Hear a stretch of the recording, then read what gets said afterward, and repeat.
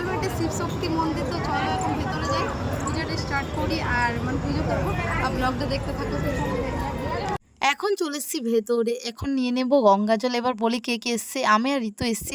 তো ভেতরে চলে এসেছি, প্রথমে ওকে বললাম যে লাইনটা আগে দিই, যেহেতু অনেকটাই গরম দিচ্ছে আর অনেক বড় লাইন। তারপর এই দিদিভাই আমার কাছে এলো, বলছিল তুমি ব্লগ বানাও। আমি বললাম হ্যাঁ। সত্যি বলছি, কথা বলে অনেকটাই ভালো লাগলো। কেউ যদি আমাকে এরকম এসে বলে আমার খুব ভালো লাগে। তোমাদেরকে অনেক অনেক থ্যাংক ইউ, তোমরা এইভাবে আমাকে ভালোবাসা দিয়ে যাও। তো ওখান থেকে লাইন দাঁড়িয়ে দাঁড়িয়ে অনেকক্ষণ দাঁড়িয়েছিলাম, তারপরে এলাম ভেতরে। ভেতরে এসে অনেকটাই ঠান্ডা, অনেকটাই শান্তি, যেহেতু বাইরে খুবই গরম আর ভেতরে কোনোরকম কোনো পাখা নেই, কিন্তু তারপরও অনেকটাই ঠান্ডা। ওকে বলছি দেখ আমার আইলাইনারটা কেমন হয়ে গেছে। ও বলছে তুই এত গরমের মধ্যে আইলাইনার লাগিয়েছিস, যা হবার হয়ে গেছে। তা আমি বললাম কী করবো, আমি তো প্রত্যেকবারই লাগাই, কিন্তু কখনো আমার লাগে না, এইবারে জানি না কেন লেগে গেছে। তো ওটার জন্য আমরা অনেকক্ষণ থেকে হাসাহাসি করছি।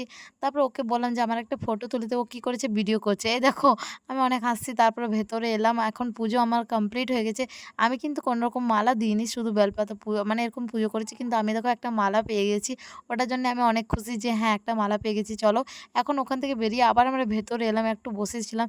তারপর ওকে বললাম ২-১টা ক্লিপ নিয়ে নে, ভিডিও ক্লিপ। তো ও নিল। অনেকদিন পর পাটিয়ালা চুড়িদার পরলাম, তো কেমন লাগছে আমাকে একটু নিশ্চয়ই জানাও। তো এখানে ভালো করে ধূপ দেখিয়ে বললাম। আর এই দেখো ঘন্টি ওকে বাজাতে বলেছে, ও বাজিয়ে যাচ্ছে। আমি বললাম ঠিক আছে, আমি যাচ্ছি, তুই বাজা সারাদিন আজকে। তারপর এখানে মাছ দেখতে এলাম। আমি মামাবাড়ি এসেছি তখন ২-৩ বার এসেছিলাম এখানে, কিন্তু তখন মাছ ছিল না। এখন মাছ মানে হয়ে গেছে, কিবা করে দিয়েছে কিছু একটা।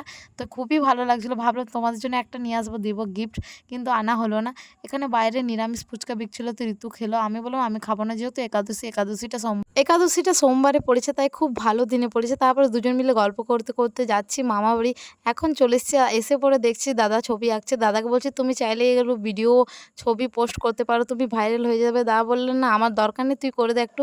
আমি বললাম ঠিক আছে, তোমাদের যদি ভালো লাগে আমাকে একটু নিশ্চয়ই জানাও। আমি মিনি ব্লগটা এ পর্যন্ত, ভালো লাগলে লাইক করো। হরে কৃষ্ণ, রাধে রাধে, টাটা বাই, সবাই ভালো থাকো, সুস্থ